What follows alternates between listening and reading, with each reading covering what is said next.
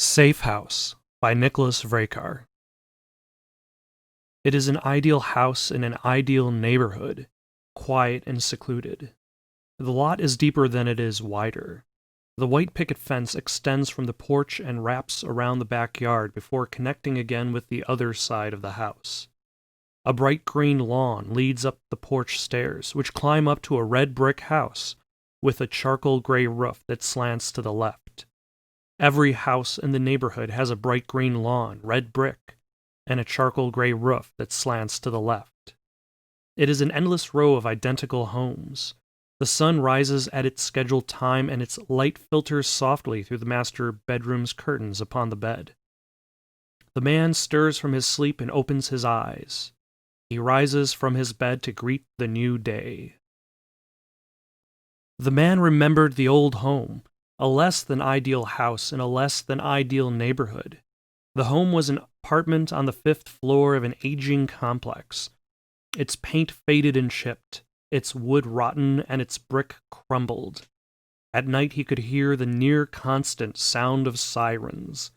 There was always the shouting from the neighbors down the hall, the wail of a small child, the trembling of the old pipes, the hiss of the hot air blown in through the vents on a cold winter night. His grandfather sat in front of the television and watched westerns, and when he wasn't watching westerns, he was watching baseball, and when he wasn't watching either, he was sleeping.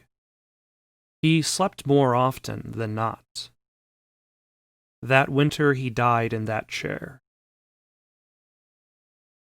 As the man rises from his bed, the house and the mechanisms hidden within the walls reacts to his needs.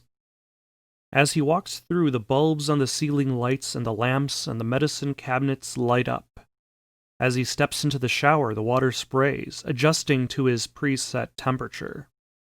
As he steps out of the shower, a fresh towel has been laid out. A gray suit is laid out across his bed, a black tie set beside it.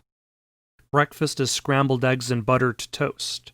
A mug of coffee sits beside a glass of water to his left, the newspaper to his right. He folds the newspaper open to the financial pages. Some of his stocks are up. Some of his stocks are down. He inspects the numbers like a person looking at a painting, seeing only the brush strokes on the canvas. The man remembered the high school baseball team. When he had tried out for the team, he was already friends with most of the people on it.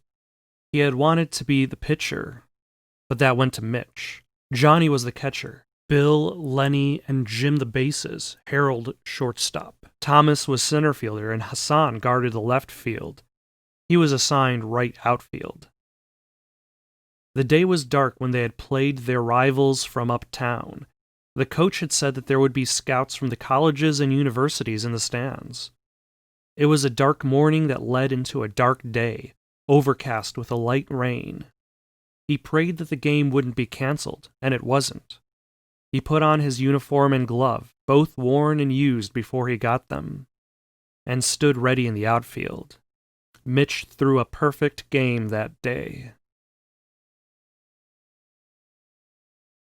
After the man finishes breakfast, he folds up the financial pages and steps away from the table, not a thought given as the house cleans the mess he leaves behind. He finds his baseball and his gloves sitting on the cabinet just beside the front door. He steps outside and walks out onto his driveway. The street seems to go on for miles. Not a single person is in sight. He pulls the glove onto his left hand. He stands in the center of the driveway and stares down the street.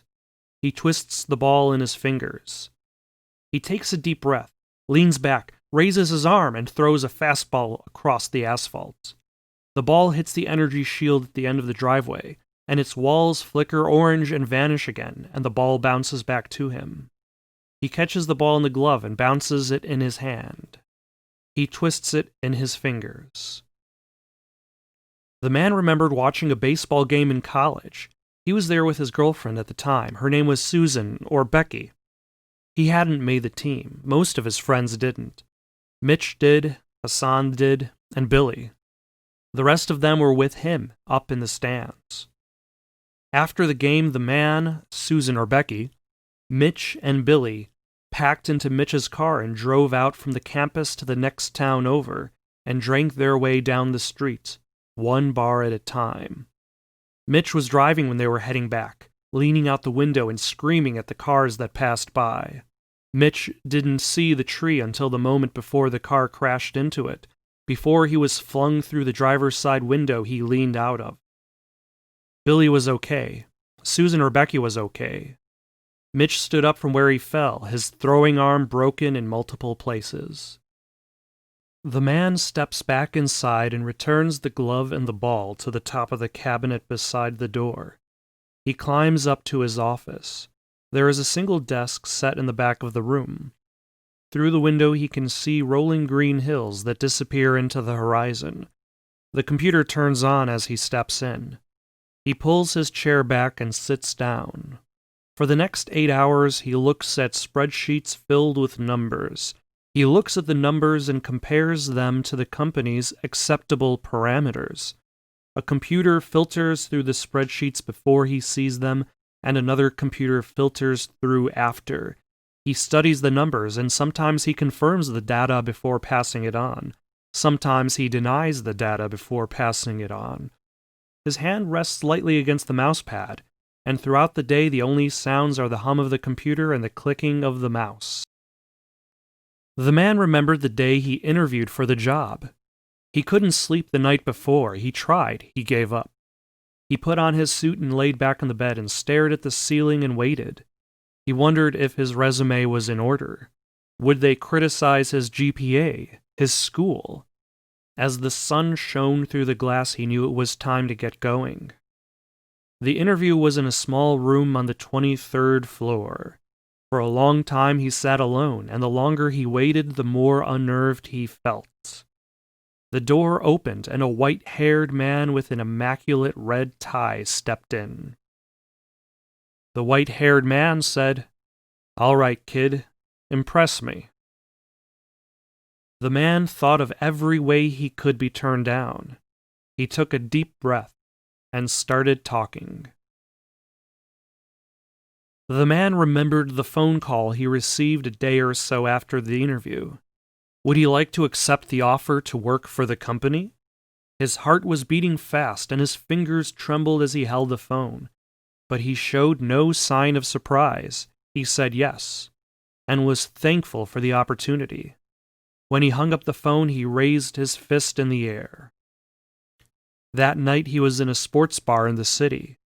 There was a baseball game on half of the televisions there, but he had forgotten who was playing. He had a beer in his hand. Mitch sat to his left. The man's girlfriend sat to his right. Lenny proposed a toast to congratulate the man's success, which meant shots. The man had emptied the shot glass faster than the bartender had filled it. He had no idea what the next day would bring, but at least for the moment, with his friends, he celebrated. The man clicks his mouse one last time and steps away from his desk. The computer shuts off as he leaves the room. Outside, the sun dissolves, and in its place there hangs a moon that appears a bit too large, looming over the horizon, projecting its soft moonlight upon his infinite suburb. He has a snack before bed. Today it is an orange, tomorrow it may be an apple. He watches a sitcom about a father who bumbles through family problems. He laughs along with the audience. Afterwards, he cleans up and goes to bed. The house shuts off the lights, and for the longest time he looks out the window at the vacant sky in the vacant neighborhood. The sky is clear and filled with stars, and he wonders how far away those stars are. Their distance seems so insurmountable. The end.